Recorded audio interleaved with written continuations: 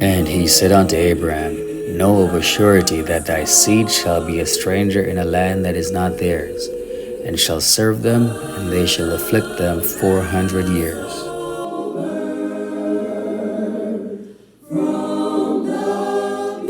And also that nation whom they shall serve will I judge, and afterward shall they come out with great substance. And Abraham begat Isaac, and Isaac begat Jacob.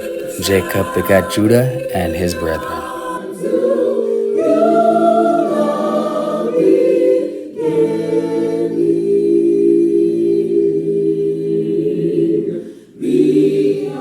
And the patriarchs, moved with envy, sold Joseph into Egypt, but God was with him, and delivered him out of all his afflictions, and gave him favor and wisdom in the sight of Pharaoh king of Egypt, and he made him governor over Egypt and all his house. Now there came a dearth over all the land of Egypt and Canaan, and great affliction, and our fathers found no sustenance.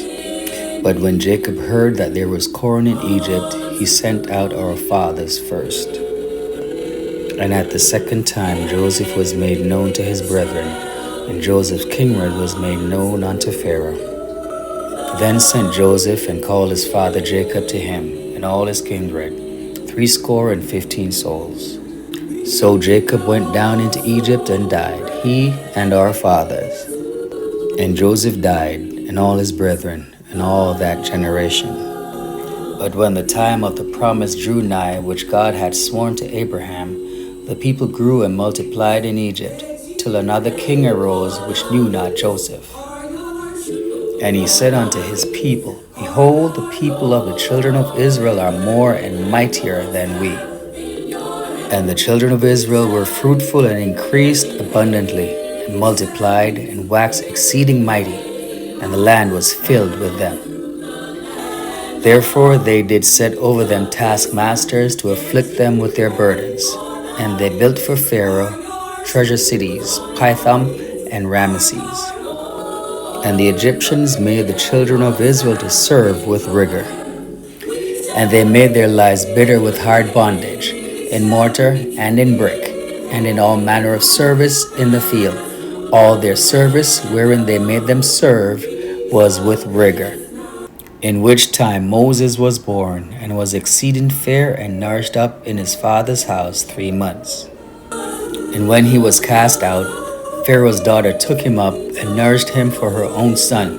And Moses was learned in all the wisdom of the Egyptians, and was mighty in words and in deeds.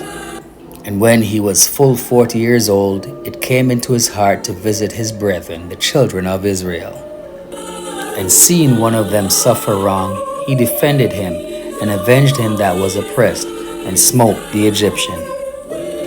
And the next day he showed himself unto them as they strove, and would have set them at one again, saying, Sirs, ye are brethren, why do ye wrong one to another? For he supposed his brethren would have understood how that God by his hand would deliver them, but they understood not. But he that did his neighbor wrong thrust him away, saying, Who made thee a ruler and a judge over us? This Moses, whom they refused, saying, Who made thee a ruler and a judge? The same did God send to be a ruler and a deliverer by the hand of the angel which appeared to him in the bush. He brought them out. After that he had showed wonders and signs in the land of Egypt, and in the Red Sea, and in the wilderness 40 years.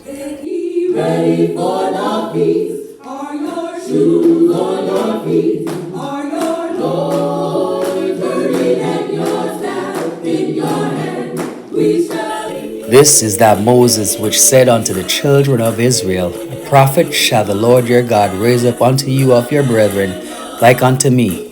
Him shall ye hear. The Lord thy God will raise up unto thee a prophet from the midst of thee, of thy brethren, like unto me. Unto him ye shall hearken. God, who at sundry times and in divers manners spake in time past unto the fathers by the prophets, hath in these last days spoken unto us by his Son, whom he hath appointed heir of all things, by whom also he made the worlds. For God so loved the world that he gave his only begotten Son, that whosoever believeth in him should not perish but have everlasting life. For God sent not his Son into the world to condemn the world, but that the world through him might be saved. For when we were yet without strength, in due time Christ died for the ungodly.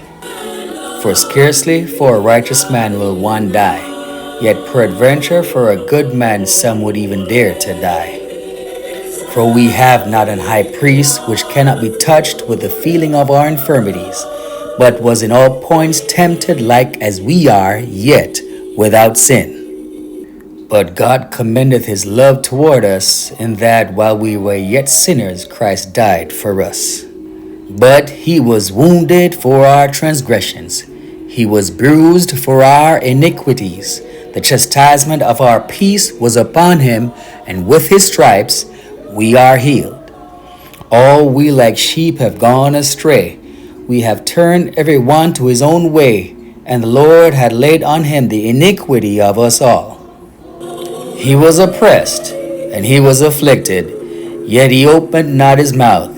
He is brought as a lamb to the slaughter, and as a sheep before her shearers is dumb, so he openeth not his mouth.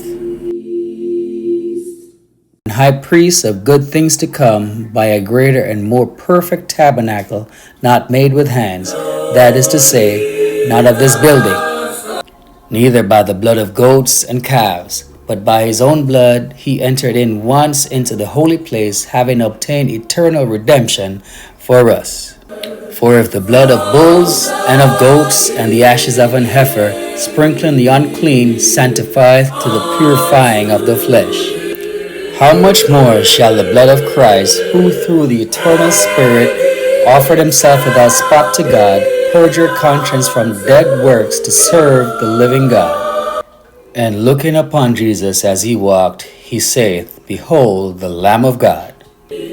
Purge out therefore the old leaven, that ye may be a new lump, as ye are unleavened. For even Christ our Passover is sacrificed for us. Therefore let us keep the feast, not with old leaven, neither with the leaven of malice and wickedness, but with the unleavened bread of sincerity and truth. And this day shall be unto you for a memorial, and ye shall keep it a feast to the Lord throughout your generations. Ye shall keep it a feast by an ordinance forever. And ye shall observe this thing for an ordinance to thee and to thy sons forever. It is a night to be much observed unto the Lord for bringing them out from the land of Egypt. This is that night of the Lord to be observed of all the children of Israel in their generations. Observe the month of Abib, and keep the Passover unto the Lord thy God. For in the month of Abib the Lord thy God brought thee forth out of Egypt by night. Thou shalt therefore sacrifice the Passover unto the Lord thy God, of the flock and the herd, in the place which the Lord shall choose to place his name there. Then Moses called for all the elders of Israel, and said unto them, Draw out and take you a lamb according to your families, and kill the Passover. And thus shall ye eat it, with your loins girded, your shoes on your feet, and your staff in your hand, and ye shall eat it in haste. It is the Lord's Passover. And in the 14th day of the first month is the Passover of the Lord. Thou mayest not sacrifice the Passover within any of thy gates which the Lord thy God giveth thee, but at the place which the Lord thy God shall choose to place his name in, there shalt thou sacrifice the Passover at even, at the going down of the sun, at the season that thou camest forth out of Egypt.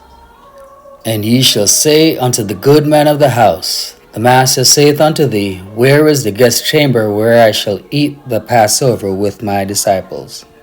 Then came the day of unleavened bread, when the Passover must be killed.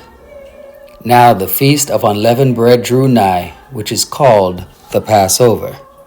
Let the children of Israel also keep the Passover at his appointed season. And the disciples did as Jesus had appointed them, and they made ready the Passover. And he said unto them, With desire I have desired to eat this Passover with you before I suffer. This, my brothers and sisters, is the story of the Passover. From the beginning to the end, Christ our Passover is sacrificed for us.